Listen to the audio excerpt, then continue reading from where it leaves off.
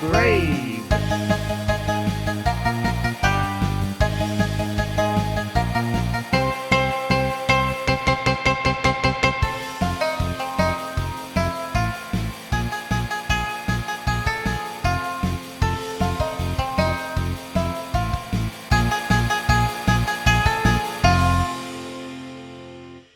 Today we will be making a special dish called Tuscan butter chicken.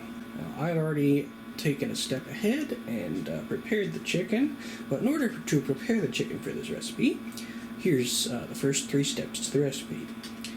1. Heat oil in a large skillet on medium-high heat. Step 2. Season the chicken generously with salt and pepper and cook on both sides. As you can see, I've got the chicken all seasoned up. And remove to a plate. Now we're going to move on to step 4. As the frying pan was already on medium-high heat, we're going to set it up to a lower heat so that we can add the butter. Okay, here we go. I have added, according to the recipe, approximately 3 tablespoons of butter. We're just going to let that sit and melt for a little bit. Next, after you add the butter, you can add garlic, and the recipe calls for mushrooms, spinach. I'm missing a few ingredients.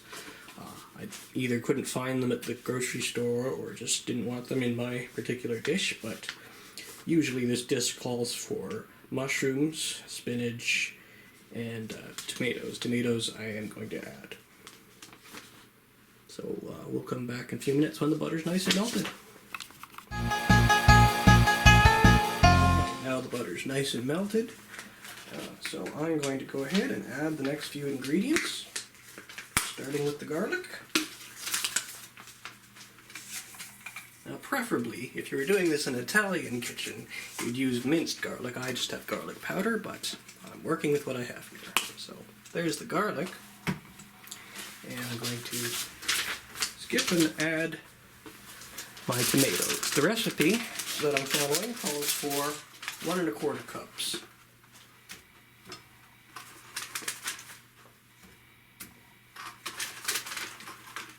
So I'm just going to guesstimate here.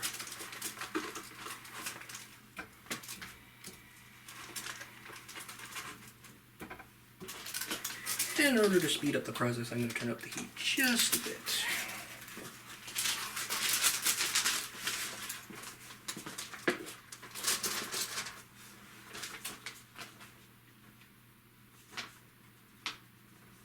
So we'll be back in a few minutes once the tomatoes are cooking. Alright, now the tomatoes are really starting to cook.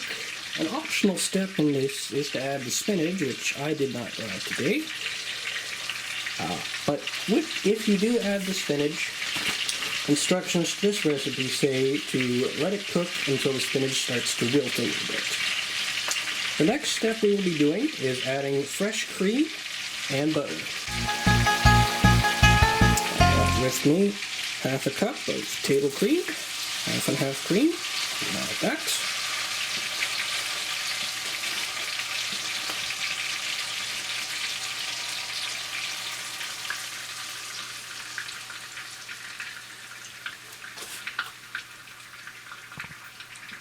As well, we're going to add 3 tablespoons of butter. Oh, no, sorry, the butter was already added. It's the Parmesan cheese. That's what we're going to add, because the butter was the first thing. So now we're going to add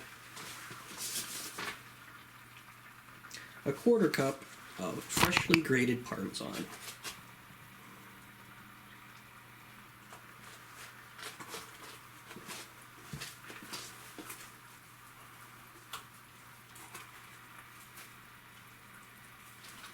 All these ingredients are going into a nice sauce, obviously just to bathe the chicken in, so.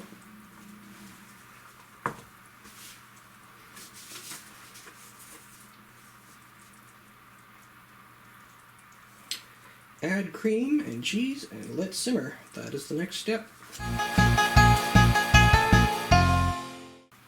Alright, believe it or not, we've reached the final step.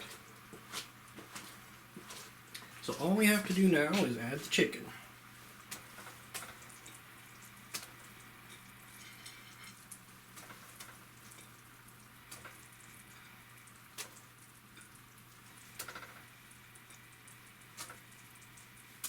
Now I've just made a small portion just for myself, but this recipe can serve up to 4 people, provided you have enough chicken and other ingredients. I've just made enough for myself, but just to show you how.